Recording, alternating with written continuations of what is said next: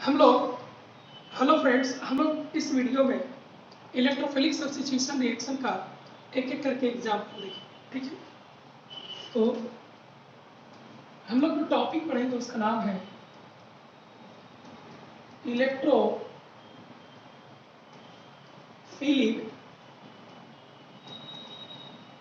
Substitution reaction. क्या नाम है इसका? Electrophilic substitution reaction. इसमें सबसे पहले हम लोग जो सीखने वाले हैं उसका नाम है हैलोजिनेशन।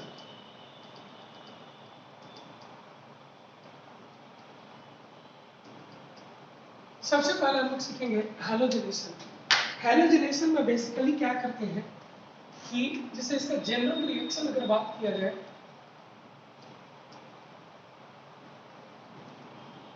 अगर इसका जनरल रिएक्शन बात किया जाए तो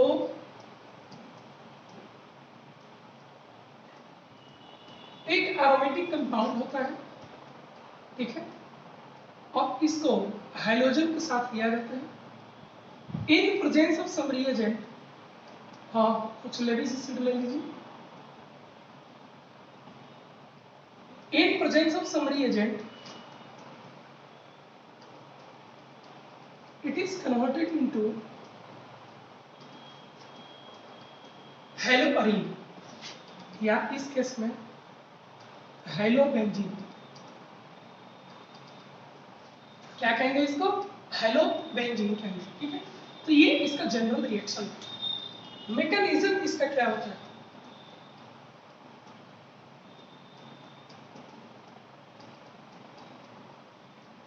इस रिएक्शन का मैकेनिज्म क्या होता है? इसको स्टेप वाइज देखते हैं। स्टेप वन में आपका ये होता है कि ये जो आपका एक्स एक्स करके हाइड्रोजन, एक्स एक्स करके जो आपका हाइड्रोजन है, इसका रिएक्शन एक लेविस एसिड से हो जाता है।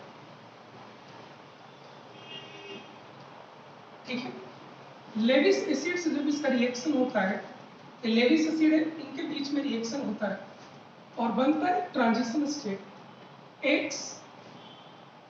ठीक है, X AlCl3 sorry AlH3 del minus and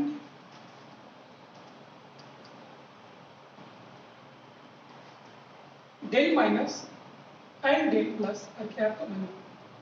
ठीक है, यही प्रोसेस आपको कंटिन्यू कर जाता है और बनता है एक्स प्लस, ठीक है, एंड AlX4 माइनस। यही हमारा इलेक्ट्रोफाइल की तरह काम करता है। यही हमारा किसकी तरह काम करता है? इलेक्ट्रोफाइल की तरह काम करता है। स्टेप 2 में अगर देखें तो आपका बेंजीन को जब एक्स प्लस रिएक्शन करवाते हैं तो पहला स्टेप आपका RDS, ये आपको अटैक करता है,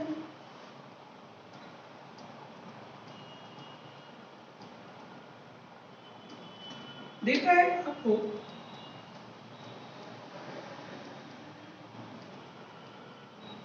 double bond H and X और यहां प्लस 1। यही आपको मैं पिछला वीडियो में दिखा चुका हूं। ये सिग्मा कॉम्प्लेक्स क्या बनता है? आपको सिग्मा कॉम्प्लेक्स बनता है और इसका फर्स्ट स्टेट जो होता है, इस फर्स्ट स्टेट में ये हट जाता है और आपको बनता है डबल बॉन्ड। यहां आएगा और यहां आपको डबल बॉन्ड आ जाएगा। ठीक है, इसके साथ साथ और आपको क्या मिलेगा? एक्स यहां पर आपको जुड़ा हुआ है, H बाहर निकल जाता है in the form of H plus. H बाहर आपको किस फॉर्म में निकलता है? In the form of H plus.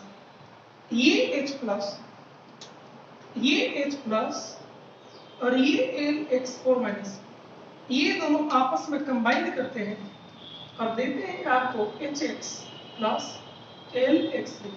तो जिस रिएजेंट को आपने लेविस एसिड को आपने यूज किया था, वो लेविस एसिड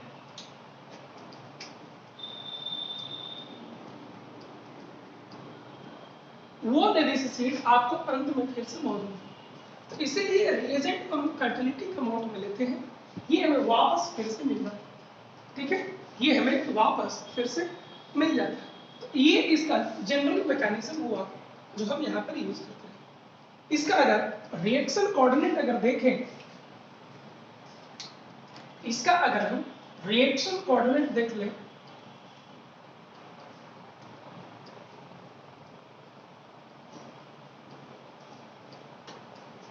तो रिएक्शन कोऑर्डिनेट में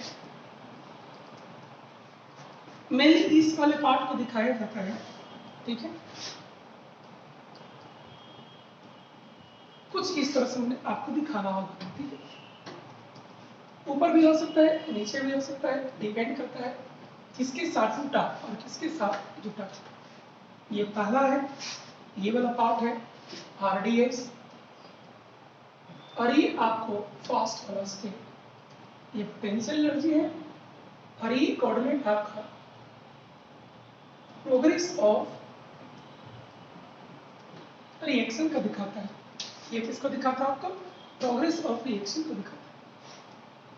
इसमें एक वेरी इंपॉर्टेंट चीज हमें यहां सीखना होता है कि whether or not the isotopic effect is observe in case of halogenation, whether or not isotopic effect is observe or not, इस चीज को हमें इसमें सीखना होता है, ठीक है। तो इसमें पहले हम लोग ये कंप्लीट कर लेते हैं, आइसोटोपिक इफेक्ट क्या होता है। आइसोटोपिक इफेक्ट क्या होता है और इस केस में आता है कि नहीं आता है। चलिए, आइसोटोपिक इफेक्ट क्या होता है इसको पहले समझने की कोशिश करते हैं। एक चीज तो हमने सीखा कि ये आपका जो हाइड्रोजन का एक्सपल्सन हुआ, अच्छा इसके पहले हम लोग ये सीखते हैं कि आइसोटोपिक इफेक्ट का मतलब क्या होता है। मान लो आप बेंजीन का रिएक्शन करवाते हैं, कोई भी हेलोजन ले लीजिए, ठीक है, और इसी तरह से ड्यूटेरियम लीजिए, 6 हाइड्रोजन की जगह पर 6 ड्यूटेरियम लीजिए और फिर से सेम रिएक्शन को आप परफॉर्म कराइए, कोई दिक्कत। मान लो इसका रिएक्शन, बाकी सारे कंडीशंस एक जैसे हैं, इसका रिएक्शन जाने का रेट R1 है या रेट कांस्टेंट KH है और इसका अगर KD है, ठीक है, तो हमें यही पूछा जाता है कि KH और KD में क्या रिलेशन है, KH और KD में क्या रिलेशन होगा, इस तरह की चीजें हमसे पूछा जाता है। तो आइसोटोपिक इफेक्ट का मतलब है कि अगर हम सारे हाइड्रोजन के बजाय सारे ड्यूटेरियम वाला बेंजीन ले लें, तो अगर रिएक्शन का रेट अगर आपको अफेक्टेड हो गया तो आइसोटोप बदलने से रिएक्शन का रेट अफेक्टेड हो गया। इस इफेक्ट को हम लोग आइसोटोपिक इफेक्ट कहते हैं। क्या कहते हैं इसको? आइसोटोपिक इफेक्ट कहा जाता है, ठीक है। तो इस चीज को लिख लिया जाए, when changing the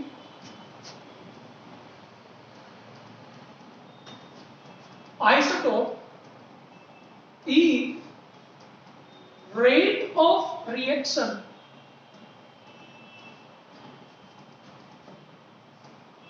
also changes, then it is said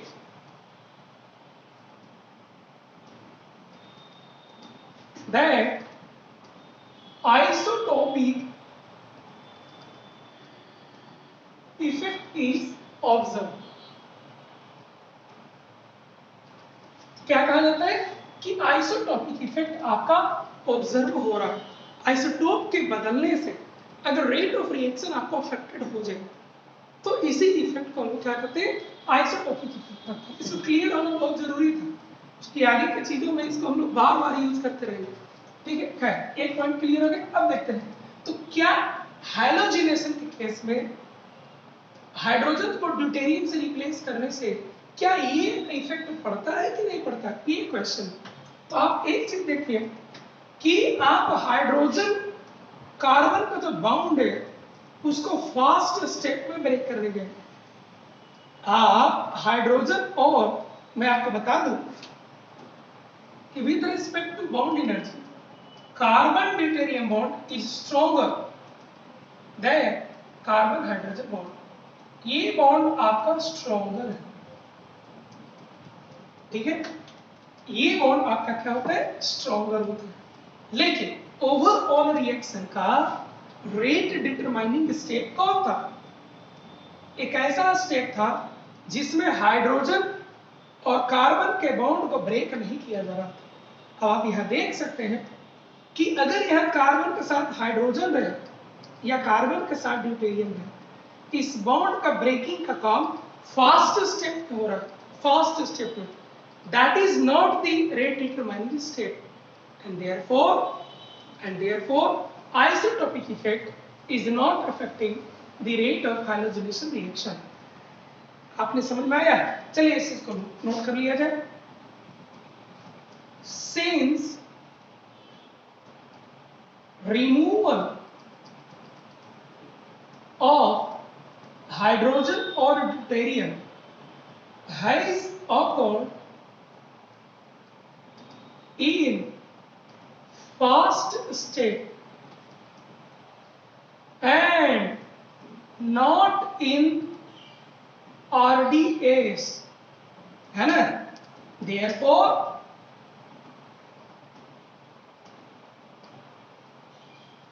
for rate of halogenation is not get affected, है ना। और सिंपल लैंग्वेज में कहेंगे no isotopic effect is observe. Simple language में हम क्या कहेंगे कि नहीं, इसमें किसी भी तरह का आइसोटोपिक इफेक्ट ऑब्जर्व नहीं होता है, ठीक है। तो इस तरीके से जब आइसोटोपिक इफेक्ट नहीं होगा तो क्या होगा, KH by KD आपको अप्रोक्सीमेटली 1 के बराबर है। आगे बढ़ो, वो कौन कौन सा रिएजेंट है, तो commonly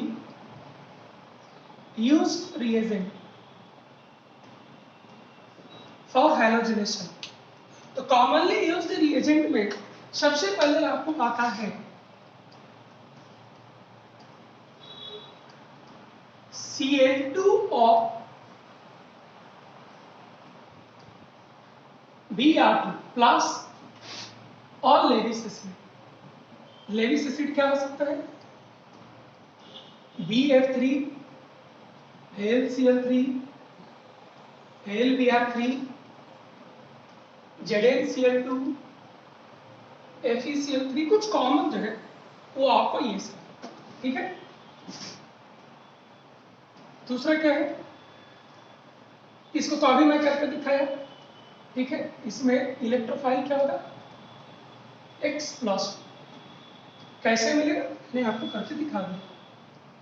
इसके बाद Cl2Fe या Br2Fe यूज करने का रिवाज है। Cl2Fe और Br2Fe में क्या होता है कि ये आपको कैटालिटिक अमाउंट में होता है और इसीलिए थोड़ा अमाउंट में रहने के कारण इनके बीच में पहले एक रिएक्शन होता है और आपको FeBr3 लेविस एसिड का थोड़ा सा फॉर्मेशन, स्मॉल अमाउंट। जब इसका स्मॉल अमाउंट में फॉर्मेशन हो जाता है तो बाकी रिमेनिंग ब्रोमीन और एफईबीआर, ब्रोमीन एंड एफईबीआर फिर से इसी के जैसा काम करने लगेगा। और ये जब हम लोग देख सकते हैं inter halogen compounds,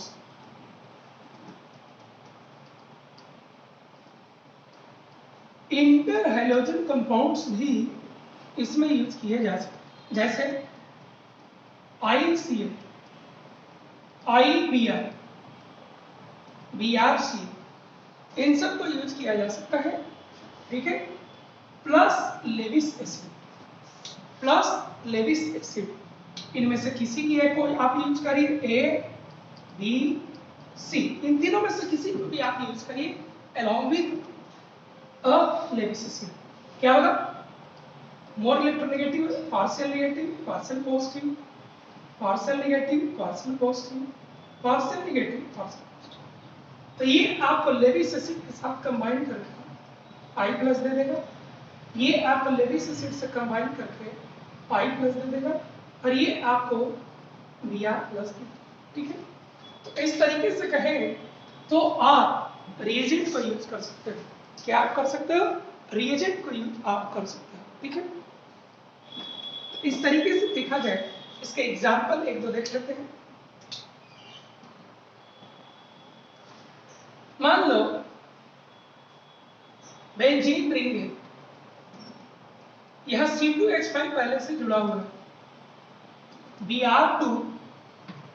Br2 and any of the Lewis acid उसमें से यूज किया, क्या हो? ब्रोमिनेशन हो। ब्रोमिनेशन में आप पहले से देखिए, पहले से एक ग्रुप यहाँ ऑलरेडी मौजूद है, तो आने वाला जो इलेक्ट्रोफाइल होगा दैट इज ब्रोमोनियम आयन, ये आपको ये रिंग कैरिंग एक्टिवेटर है, तो ऑर्थोपारा डायरेक्टर है ये, तो ऑर्थोपारा पोजीशन पर ये इलेक्ट्रॉन डेंसिटी को बढ़ाएगा। तो सब्स्टिट्यूशन आपको ऑर्थो पर भी होगा और साथ साथ में आपको सब्स्टिट्यूशन पारा पर भी होगा। रेजोनेंस या हाइपर कंजुगेशन के एक्सटेंट ऑर्थो और पारा दोनों पर इक्वल होता है, लेकिन फर्क जो पड़ेगा वो इसके क्राउडिंग और इसके साइज, इसके क्राउडिंग और इसके साइज के कारण ये जब अप्रोच कर रहा होता है तो वैन डर वाल्स रिपल्सन के कारण ये ऑर्थो पर कम सब्स्टिट्यूट होता है और पारा पोजीशन पर ज्यादा सब्स्टिट्यूट होता है। ये सब हम आगे के टॉपिक में पढ़ेंगे, and that is why this is our major product and this is our minor product, ठीक है। तो ये हुआ रिंग एक्टिवेटर रहेगा, तो अगर रिंग डीएक्टिवेटर रहा तो क्या करेंगे? एक और एग्जाम्पल देख लेते हैं।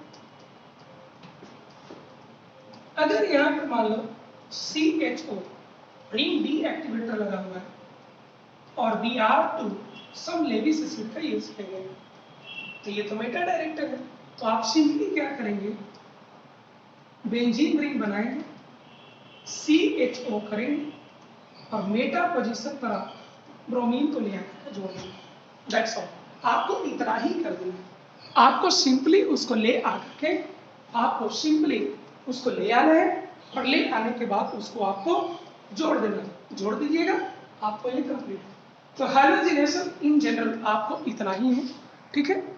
कभी कभी लोग ये पूछ लेते हैं इसमें कि आपने क्लोरीन और ब्रोमीन यूज किया, आप आयोडीन क्यों नहीं यूज किया? इस तरीके से आयोडीनेशन जब भी कराते हैं इसी तरीके से कराते हैं। उसका कारण ये है कि जब हम सिंपली आयोडीनेशन कराते हैं, जैसे I2 ले लिए, कोई लेविस एसिड ले लिए, तो ऐसा नहीं है कि आयोडीनेशन नहीं होता है, iodination does occur, but along with that HI is also formed, which is a strong reducing agent.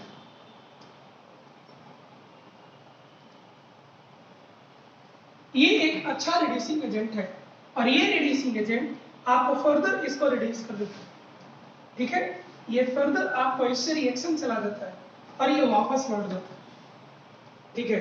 तो इसको हटाने का एक तरीका ये है कि इस रिएक्शन को करवाने के समय एक ऑक्सीडाइजिंग एजेंट का यूज किया जाता है। यहीं पर जब रिएक्शन हम स्टार्ट करते हैं उसी समय हम ऑक्सीडाइजिंग एजेंट का यूज कर लेते हैं और वो ऑक्सीडाइजिंग एजेंट इसको रिड्यूस करके I2 में चेंज करते हैं। समझ गए? तो ऐसा नहीं है कि आयोडीनेशन नहीं करेगा, it can be perform but a small amount of oxidizing agent is needed to convert the reducing agent HI formed into I2. ये HI हमें दिक्कत करता है। Once HI is converted into I2, it does not affect this reaction overall. ठीक है? तो इस चीज को भी हम ध्यान रखेंगे, एक्सेप्शन से ध्यान रखेंगे। यहाँ पर एक छोटा सा मिसलेनियस रिएक्शन हमें ये आना होता है कि एक दो थोड़ा मिसलेनियस एग्जाम्पल है वो थोड़ा याद रखिएगा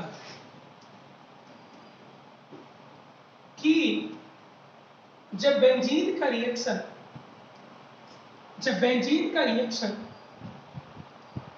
इन प्रेजेंस ऑफ अल्ट्रावायलेट रेडिएशन कराया जाता है, in presence of ultraviolet radiation कराया जाता है तो आपको गामा एक्सेन का फॉर्मेशन होता है।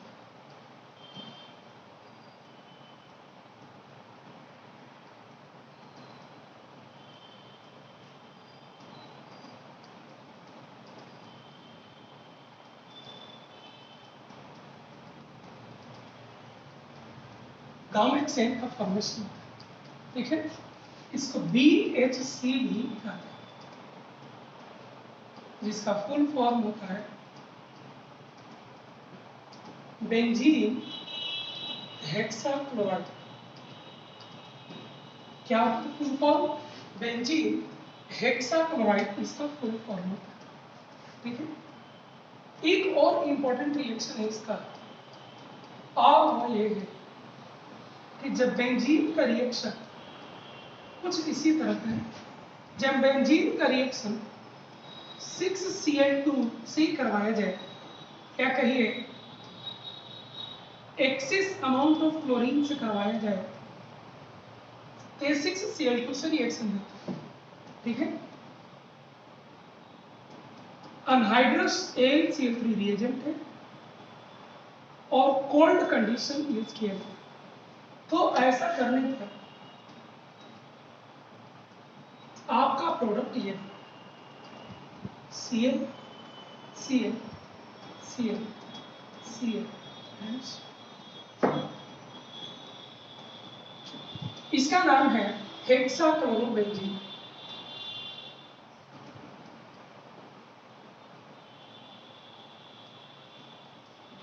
हेक्साक्लोरोबेंजीन। अब जब आपको एक समझना होगा, ये क्वेश्चन अभी रिसेंट टाइम्स में काफी पूछे गए हैं, इसलिए चूंकि मिलता जुलता ही दोनों रिएक्शन है, एक में नॉन एरोमेटिक कंपाउंड मिला है और एक में एरोमेटिक कंपाउंड मिला, इस नजरिए को ध्यान में रखते हुए ये आपको पूछा जा रहा है, ठीक है? तो आप भी इसे याद रखिएगा, ठीक है? हैलोजनेशन के बाद हमें एक और इंपॉर्टेंट रिएक्शन सीखना है जिसका नाम है नाइट्रेशन।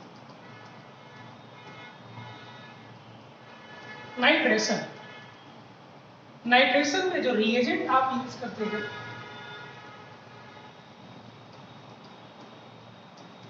वो है, एक तो है क्या कॉन्क HNO3 यूज करिए एंड कॉन्क H2SO4 यूज करिए, ये सबसे ज्यादा यूज होते रहता है। एक और है आपको सिंपली आप कॉन्क HNO3 को यूज करिए, एक और है डाइल्यूट HNO3 का यूज करिए, एक और है N2O5 का यूज करिए जो टूटता है NO2 plus and NO3 minus, यही हमारा इलेक्ट्रोफाइल काम करता है। और एक है आपका NO2 plus and BF4 minus और ClO4 माइनस एटसेट्रा। कोई भी स्ट्रॉन्ग एसिड आया हुआ पार्ट यहाँ है तो ये इलेक्ट्रोफाइल की तरफ आ जाता है, ठीक है? इन सभी केस में जो इलेक्ट्रोफाइल है वो आपका NO2+ ही होता है, ठीक है। तो इसको हम लोग थोड़ा सा सीखते हैं कि HON डबल बॉन्ड O जब H2SO4 से रिएक्शन जाता है तो ये आपको H+ प्रोड्यूस करता है। आपको कहेगा H2O plus N double bond O and O, ठीक है, ये आपको मिलेगा। इसके बाद ये आपको कन्वर्ट हो जाता है H+ देने के बाद HSO4- में कन्वर्ट हो जाता है। ये आपको टूटता है H2ON NO2+ में टूट जाता है, ठीक है। ये H2O H2SO4 के एक और मॉलिक्यूल के साथ, यहाँ एक मॉलिक्यूल या दूसरा मॉलिक्यूल के साथ रिएक्शन जा करके आपको H3O+ एंड HSO4 मिल सकता है, ठीक है। इस तरीके से देखा जाए तो इलेक्ट्रोफाइल के तौर पर यहाँ पर भी आपको NO2+ ही काम करता है। इलेक्ट्रोफाइल के तौर पर यहाँ पर NO2+ आपको काम करता है। चलिए मैकेनिज्म देखते हैं इसका। हैलोजनेशन के सिमिलर ही इसका मैकेनिज्म होता है। तो मैकेनिज्म में हम लोग क्या करेंगे कि बेंजीन लेते हैं यहाँ और इलेक्ट्रोफाइल के तौर पर आपको NO2+ हो जाएगा, ठीक है। पहला स्टेप यहां भी आपका RDS होता है, हाइड्रोजन NO2 यहां पर आपको प्लस रहेगा और इस तरह से आपको सिग्मा कॉम्प्लेक्स बनता है।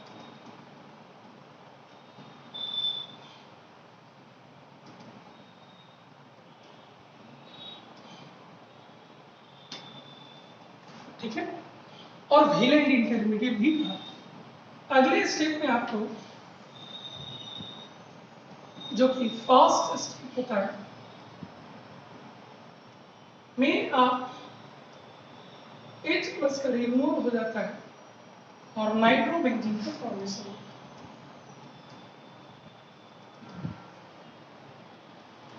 तो लगभग सब कुछ इसमें भी उसी की तरह है, ठीक है, हैलोजनेशन की। इसमें एक नोट करने वाला बात यह है कि यहाँ भी H+ का एक्सपल्सन फास्ट स्टेप हुआ है और इसीलिए आइसोटोपिक इफेक्ट यहाँ भी ऑब्जर्व नहीं होगा, ठीक है। तो लिख लिया जाए इस चीज को, as the removal of hydrogen has occurred in RDS state, in fast state and therefore isotopic effect is not observed here. इस केस में भी आपको आइसोटोपिक इफेक्ट ऑब्जर्व नहीं होता है, ठीक है। एक तो एग्जांपल देख लेते हैं सिंपल वाला, जैसे बेंजीन रिंग है। बेंजीन रिंग में मान लो कोई नाइट्रो ग्रुप लगा हुआ और इसका हमें नाइट्रेशन करवा दें, कहाँ से मिला, कुछ भी यूज कर लीजिए, कॉन्केशन की भी यूज कर सकते हैं। ये NO2+ आपको देना, ये इलेक्ट्रॉन विड्रॉइंग ग्रुप है, मेटा डायरेक्टर है। तो आप एक काम करें, NO2 लगा दीजिए और मेटा पोजीशन पर NO2 बन गया। अगर आपको ये दे दिया जाए, एक और एग्जांपल ले लीजिए, मान लो यहाँ ब्रोमीन लगा हुआ है, ठीक है, और आपने रिएजेंट यूज कर लिया कॉन्क H2SO4+ कॉन्क HNO3 मान लो आपने यूज किया, तो आफ्टर ऑल ये देगा तो NO2 प्लस, और ये ऑर्थो पारा डायरेक्टर है, इसीलिए ब्रोमीन ऑर्थो के करस्पॉन्डिंग भी प्रोडक्ट बनेगा आपको, और पारा करस्पॉन्डिंग भी प्रोडक्ट आपको बनेगा। लेकिन इन जनरल मेजर कौन होता है? पारा वाला मेजर होता है। इन जनरल मेजर कौन होता है? पारा वाला आपको मेजर प्रोडक्ट बनता है। ठीक है, एक और इंपॉर्टेंट रिएक्शन इसी तरह का है जिसको हम लोग सल्फोनेशन कहते हैं।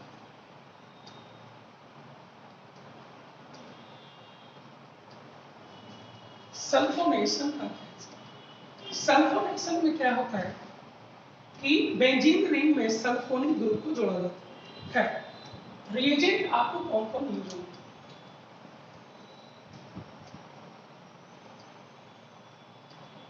रिएजेंट्स आपको कौन कौन से यूज होते?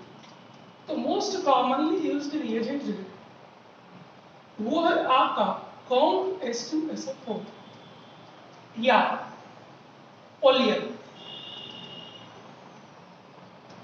या तो कॉन्क H2SO4 या तो ओलियम। ओलियम आपको दो तरीके से लिखा हुआ मिल सकता है, या तो लिखा रहेगा ये H2H2O7, या ये आपको लिखा हुआ रहेगा कॉन्क H2SO4 प्लस SO3। इस तरीके से आपको लिखा है। अगर ये रहा तो यही यहाँ पर इलेक्ट्रोफाइल का काम, लेकिन अगर ये रहा तो इलेक्ट्रोफाइल देखिए कैसे। तो पहले सीखते हैं फॉर्मेशन ऑफ इलेक्ट्रोफाइल। तो फॉर्मेशन ऑफ इलेक्ट्रोफाइल ऐसा होता है कि बाहर से एक H प्लस होता है, ठीक है, और बनता है HO, H double bond O, OH, इसको डायरेक्टली लिख लीजिए, सॉरी OH2 प्लस आपको। अगले स्टेप में ये बाहर निकल जाता है और आपको देता है, ये इधर आ जाए H double bond O, double bond O, double bond O and H2O, ठीक है, प्लस H3O प्लस, खैर जो भी, यही आपका SO3 होता है, और यही आपको यहाँ इलेक्ट्रोफाइल। तो इसका एडिशन कैसे होता है?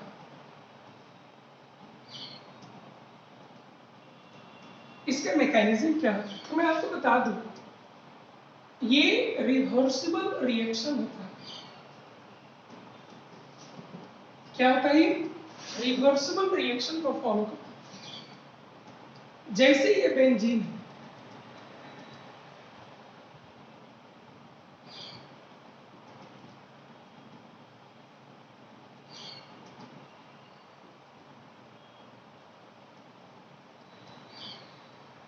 ये आगे जाने का रेट कांस्टेंट और ये पीछे जाने का रेट कांस्टेंट, ठीक है।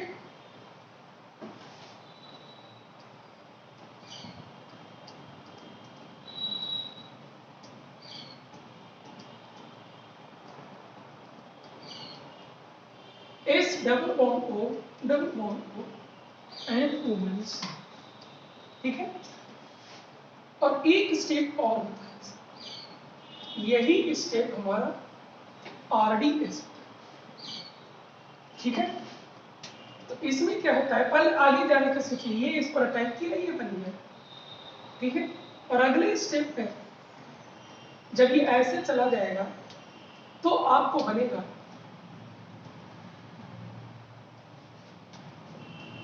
Double bond, double bond, double bond, और ये रह जाएगा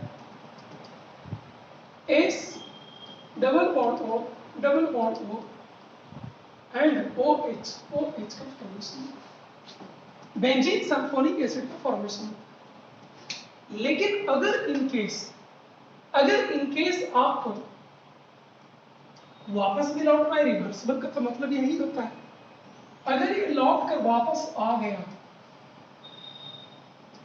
तो फिर से आपको यही मिल जाए, ये यहां आ गया तो ये बेंजीन तैयार हो गया और ये SO3 तैयार हो गया। तो ये एक्सपेरिमेंट से सारा चीज जस्टिफाई होता है। हम लोग अपने से अगर कोई चीज सोच ले कि ना इसमें ऐसे हो, नहीं, ऐसा नहीं होता है। केमिस्ट्री में everything is justified through experiments.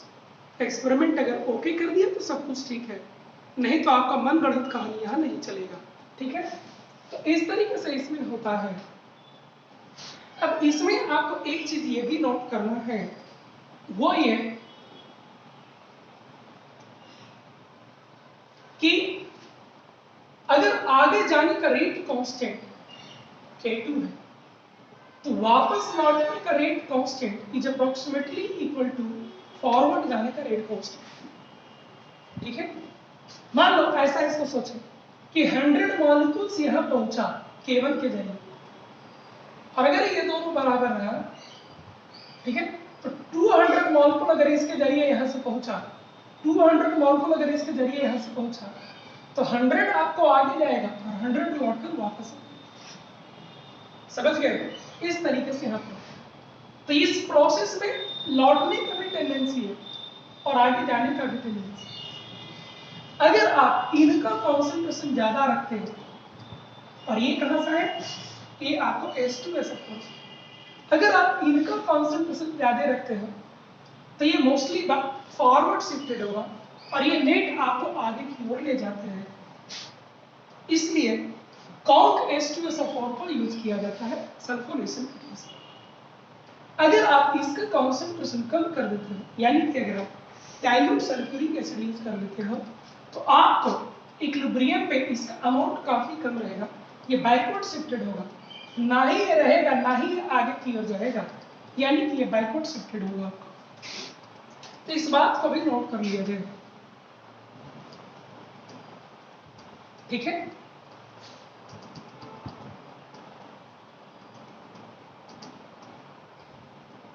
the reaction is forward shifted if conc H2SO4 is used. If dilute H2SO4 is used, अगर डाइल्यूट H2SO4 यूज कर लिए तो ऐसा होता है कि अगर बेंजीन सल्फोनिक एसिड आपका बना हुआ है ना, तो लौट कर वापस आ जाता है। देन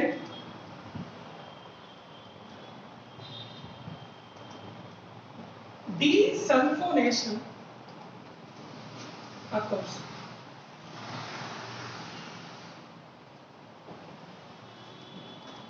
माने ये है डीसल्फोनेशन का कि अगर किसी बेंजीन रिंग में SO3H ग्रुप जुड़ा हुआ है और अगर यहां आपने डाइल्यूट H2SO4 का यूज कर दिया, ठीक है, तो ये डीसल्फोनेशन यानी कि ये हट जाएगा, आपको बेंजीन का फॉर्मेशन हो जाएगा। ठीक है, और अगर आपको बेंजीन है और कॉन्क H2SO4 अगर आपने यूज कर दिया, तो आपको बेंजीन सल्फोनिक एसिड का फॉर्मेशन होगा।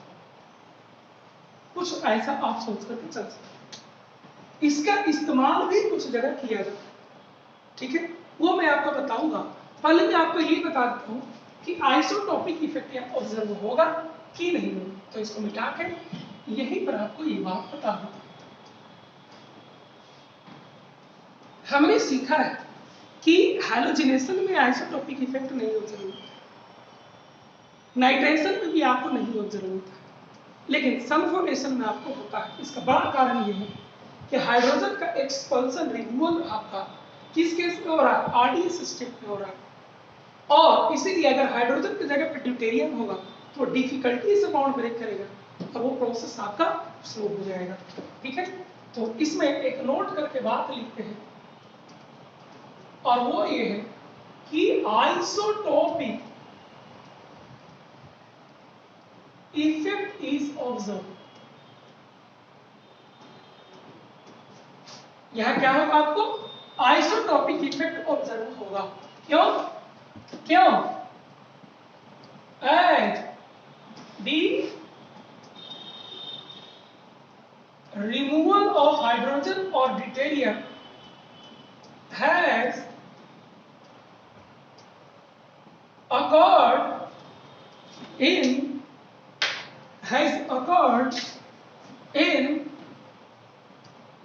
RDS स्टेट, है ना, RDS स्टेट में हुआ। इसका डायग्राम जब देखने जाएंगे तो कुछ ऐसा होता है, ठीक है। लेकिन जब ड्यूटेरियम लेते हैं तो कुछ ऐसे चला जाता है। ये ड्यूटेरियम का कर्व है और ये आपका हाइड्रोजन का कर्व है, ठीक है, और ये आपका इससे भी वो ऊंचा चला जाता है, ठीक है। इस केस में आपको आइसोटोपिक इफेक्ट ऑब्जर्व किया जाता है। एक बात और मैं आपको बता दूं कि ये डाइल्यूट सल्फ्यूरिक एसिड को यूज करने से जो बेंजीन रिंग का डीसल्फोनेशन हो जाता है बेंजीन सल्फोनिक एसिड का, ये कहीं तो एक नेगेटिव प्रॉपर्टी है, लेकिन कहिए दूसरे तरीके से तो ये पॉजिटिव प्रॉपर्टी है। इसका इस्तेमाल किया जाता है पारा पोजीशन को ब्लॉक करने के लिए, ठीक है। क्या क्यों यूज किया जाता है? टू ब्लॉक दी पारा पोजीशन। एक एग्जाम्पल हम लोग इसको देखते हैं, ठीक है, पहले में डाल देते हैं, ठीक है। तो क्या लिखे हम लोग? डीसल्फोनेशन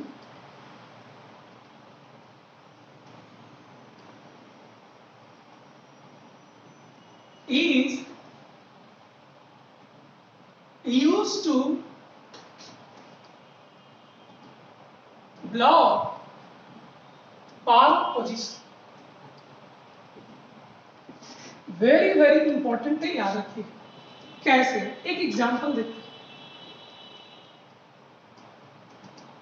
जैसे मान लीजिए कि यहां ब्रोमीन लगा हुआ है, ये ऑर्थो पारा डायरेक्टर है। अगर इसको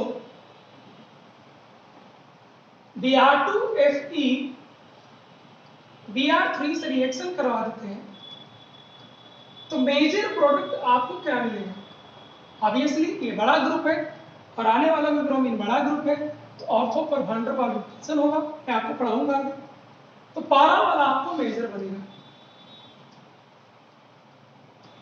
इन ideal case this is your major product. और हमें ये नहीं चाहिए, हमें ऑर्थो वाला मेजर चाहिए, ठीक है। और अगर हमें ये बनाना हो तो हम क्या करेंगे? मान लो इन केस हमें ये वाला मेजर चाहिए तो हम क्या करेंगे? तो इसका उपाय वही है कि पहले इसके पारा पोजीशन को ब्लॉक कर दीजिए। तो पहला पोजीशन में आप ब्लॉकिंग करेंगे, आप कौन H2SO4 यूज करेंगे। ये बड़ा ग्रुप है, ये भी बड़ा ग्रुप है। मेनली आपको क्या बनेगा? यह ब्रोमीन आएगा और यह SO3H। क्यों? क्योंकि ये भी बड़ा है और ये भी बड़ा है, तो पारा वाला आपको मेजर बन जाएगा। अब आप एक काम करिए, इसको Br2Fe से रिएक्शन करवा दीजिए। तो ये दोनों पोजीशन ब्लॉक्ड है और ये ऑर्थो पारा डायरेक्टर है, ये डीएक्टिवेटर ही एक्टिवेटर है, तो इसके हिसाब से आएगा ग्रुप। तो यहां पर आप कहीं पर भी जोड़ दीजिए